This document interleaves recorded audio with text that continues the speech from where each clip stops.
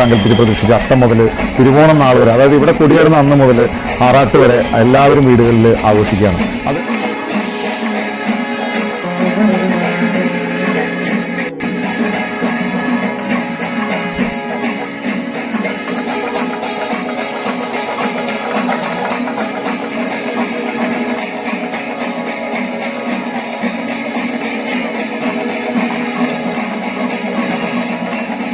നമസ്കാരം. കേരളത്തിലെ ദേശീയോത്സവമായ ഓണാഘോഷങ്ങളുടെ സമാരംഭം തൃക്കാക്കര മഹാക്ഷേത്രത്തെ കേന്ദ്രീകരിച്ചാണ് ആരംഭിക്കുന്നത്. തിരുവോണ ആഘോഷവും വാമനമൂർത്തി മഹാബലിയും ഒക്കെ തൃക്കാക്കര ക്ഷേത്രവുമായി എങ്ങനെ ബന്ധപ്പെട്ട് കിടക്കുന്നു, അതാണ് ഈ എപ്പിസോഡ്.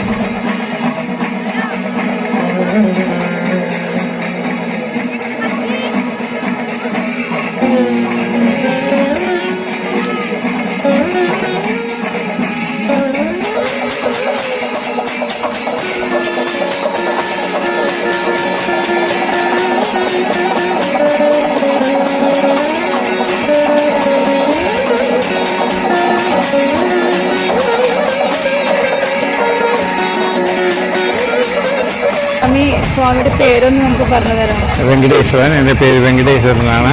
കമ്മിറ്റി മെമ്പറൊക്കെ. നമ്മുടെ തൃക്കാക്കര ക്ഷേത്രങ്ങളുണ്ടല്ലോ, അതിന്റെ ഐതിഹ്യം ഒന്ന് നമുക്ക് പറയാം. അതായത് ക്ഷേത്രം 4000 കൊല്ലം പഴക്കമുള്ള ക്ഷേത്രമാണ്. ഇവിടെ ത്രിവിക്രമ പ്രതിഷ്ഠയാണ്. മഹാബലി വാമന സങ്കല്പം. അതായത് മഹാബലി പ്രതിഷ്ഠയില്ല, മഹാബലി സങ്കല്പം ഇവിടെ ഉണ്ട്. മഹാബലിയുടെ പ്രതിഷ്ഠ അവിടെ പ്രതിമ അവിടെ സ്ഥാപിക്കാനൊക്കെ തീരുമാനിച്ചിട്ടുണ്ട്, അതൊന്നും നടന്നിട്ടില്ല.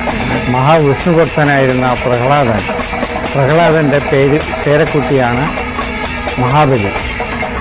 ഇന്ദ്രൻ മഹാബലിയെ നശിപ്പിക്കണമെന്ന് വിചാരിച്ച് മഹാവിഷ്ണുവിൻ്റെ അടുത്ത് യാചിക്കുകയും മഹാവിഷ്ണു വാമന രൂപത്തിൽ വന്ന് യാഗം മടക്കി ഇദ്ദേഹത്തിൻ്റെ അടുത്ത് വരം ചോദിക്കുകയും മഹാബലി അങ്ങനെ നൽകുകയും ചെയ്തതാണ് 3 അടി. അതിൻ്റെ ഒരു സങ്കല്പമാണ് ഈ ശുക്രാചാര്യർക്കറിയാം ഇത് മഹാവിഷ്ണുവാണ് വാമന രൂപത്തിൽ വന്നിരിക്കുന്നത്, കൊടുക്കരുതെന്ന് പറഞ്ഞു. മനസ്സിലായി? അപ്പം ഇല്ല, എൻ്റെ ഈ യാഗം നടന്ന സമയത്ത് ആരെന്ത് ചോദിച്ചാലും ഞാൻ കൊടുക്കും. കൊടുക്കാൻ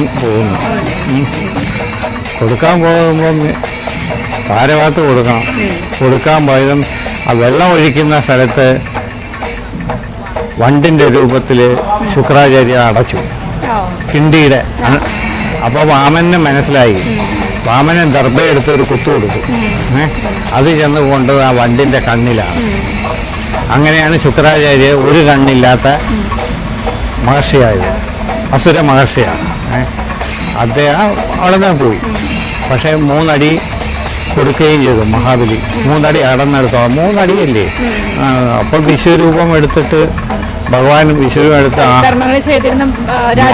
മഹാബലി വളരെ, അതിൻ്റെ കഥ വേറെയുണ്ട്. ഇന്ദ്രപദവിക്ക് തുല്യനായിട്ടാണ് മഹാബലി. ഇന്ദ്രനാണ് മഹാവിഷ്ണുവിനെ യാചിച്ച് ഈ പുള്ളിയെ ഇല്ലാതാക്കാനായിട്ട് ശ്രമിച്ചത്. അപ്പോൾ ആദ്യത്തെ 3 അടിയിൽ 1 അടി പൊക്കി വെച്ച സ്ഥലമാണ് ഈ തൃക്കാൽക്കര എന്നാണ് സ്ഥലം. ഇപ്പം അത് ശോഷിച്ച് തൃക്കാക്കര. ഇത് പ്രധാനമായിട്ട് ഈ ക്ഷേത്രത്തിൽ വാമന പ്രതിഷ്ഠയാണ്. വാമന കഴിഞ്ഞ് കഴിഞ്ഞാൽ ഭഗവതി കഴിഞ്ഞാൽ ശാസ്താവിന് അഭിമുഖമായിട്ട് ഗോപാലകൃഷ്ണൻ. അത് തൊഴുത് വന്നു കഴിഞ്ഞാൽ പിന്നെയും വാമനമൂർത്തിയെ തൊഴുമ്പോൾ നമസ്കാര മണ്ഡപത്തിൽ യക്ഷിയുണ്ട്. മണ്ഡപത്തിൽ യക്ഷിയുമായിട്ട് യക്ഷി പ്രതിഷ്ഠയാണ്. അതും തൊഴുത് ശ്രീകോവിലിൽ നിന്ന് പുറത്ത് വന്നു കഴിഞ്ഞാൽ നാഗരാജാവിൻ്റെ സന്നിധിയുണ്ട് പുറത്ത് പ്രശ്നം വഴി.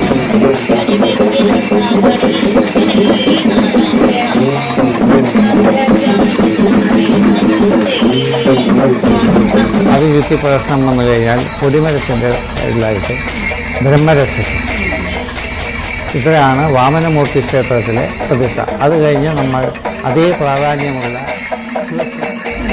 മഹാബലി